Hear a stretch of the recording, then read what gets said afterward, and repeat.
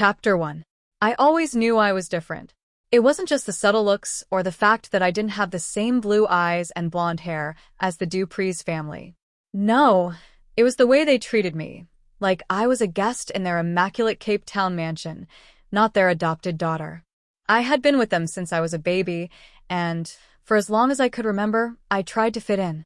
I wore the designer clothes, attended the fancy private school, and did my best to be the perfect daughter. But when they found Sarah, their real daughter, everything changed. It was like my whole world flipped upside down. It started innocently enough, or so I thought.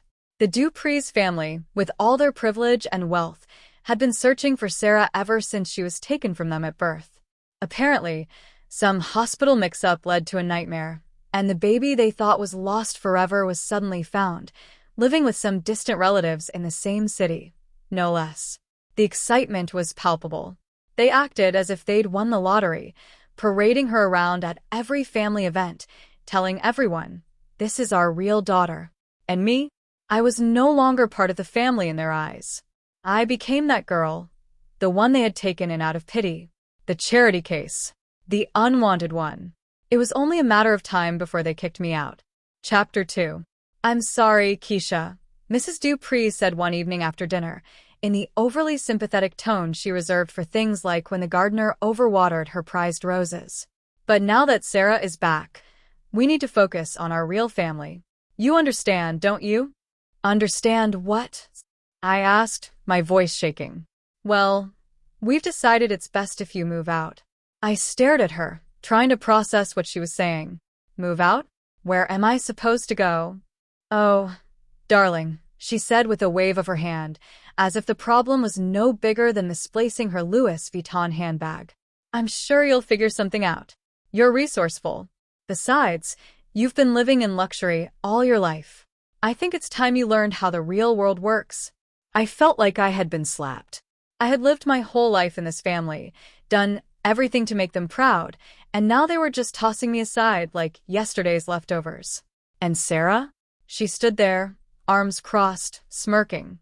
"Oh, don't worry, Keisha," she said in that syrupy voice she used when she was trying to sound sweet but was really twisting the knife. "I'm sure there's a nice little flat in town that'll suit you perfectly. Or maybe you could get a job. I hear McDonald's is hiring." "Why are you doing this to me?" I asked, my voice barely above a whisper. Sarah sighed dramatically, rolling her eyes. "Oh, please. Don't play the victim. You've had it good here for years. You're just jealous because I'm the real daughter. You don't belong here." I felt the rage bubbling up inside me. I wanted to scream, to fight back, but what could I do? The Dupree's family had all the power, and I had nothing. So, I packed my bags and left that night. No tearful goodbyes, no "we'll miss you." Just the sound of the door slamming behind me as I walked away from the only life I'd ever known. Chapter 3. For weeks, I struggled. The Dupree's family had made sure I was cut off from everything. They canceled my school fees, so I had to leave the elite private school I'd been attending. And, of course, Sarah made sure everyone at school knew exactly why I left. "She got kicked out," Sarah would say, her voice loud enough for everyone to hear. Her real parents didn't even want her. Can you imagine? Suddenly, I was the outcast. The friends I thought I had turned their backs on me, following Sarah like little minions. Even the teachers started treating me differently, as if I was some kind of stain they couldn't wash out of their perfect, pristine institution. It was humiliating. I ended up renting a tiny room in the back of a dusty apartment building in a not-so-great part of Cape Town. The ceiling leaked, and the walls were so thin I could hear every argument my neighbors had. I had no money, no family, and no idea what to do next. But I wasn't ready to give up. I refused to let them win. Chapter 4. One day, out of pure desperation, I started looking into my past. I had never bothered to find out where I came from. I had always assumed it didn't matter. But now I needed answers. I tracked down the orphanage where I had been placed as a baby, and after some digging, I found out something that rocked my world. I wasn't just some random orphan. My biological parents were alive, and not just alive, they were wealthy. I'm talking old money, the kind that made the Dupree's family look like peasants. My birth parents were international business tycoons, living in one of the most exclusive parts of Cape Town. They had been searching for me ever since I was taken from them in a similar mix-up to the one the Dupree's family had experienced. Only this time, they hadn't stopped looking. When I showed up at their mansion, I was terrified. But as soon as I walked through the doors, I felt something I hadn't felt in years: belonging. My biological mother, Sophia, embraced me, tears streaming down her face. My father, David, smiled warmly, his eyes filled with pride. "We've been waiting for you," they said. "Welcome home, Keisha." Chapter 5. I could feel the power shifting. The girl who had been discarded by the Dupree's family was gone. I was no longer their cast-off charity case. I was Keisha Daniels, the daughter of one of the richest families in Cape Town. With the help of my real parents, I started plotting my revenge. It wasn't going to be quick, and it wasn't going to be loud. No, this was going to be slow, calculated, and oh so satisfying. First, I made sure word got out about who my real parents were.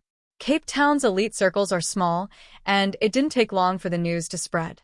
Suddenly, the people who had turned their backs on me were trying to crawl back into my life, but I wasn't interested in them. My focus was on the Dupree's family, especially Sarah. I began attending the same social events, always looking my best, always making sure I was seen. Sarah tried to ignore me at first, but I could see the jealousy in her eyes every time I walked into a room. She hated that I was now a bigger deal than she was, and that was just the beginning. Then came school. With my parents' connections, I got back into the same private school, only this time things were different. No one dared mess with me anymore. The teachers treated me like royalty, and the students who had once shunned me now followed me around, desperate for my approval. And Sarah? Oh, she tried to keep up her act, pretending she didn't care. But every time she saw me, I could see the cracks forming in her perfect little world. It was delicious. This was just the beginning of my slow, sweet revenge. The Dupree's family thought they could get rid of me, but they had no idea what they were up against. They had underestimated me, and now they were going to pay. End of part 1. Stay tuned for part 2, where Keisha's slow revenge starts to intensify, with her biological parents helping her take down the Dupree's family, piece by piece. Please subscribe and share.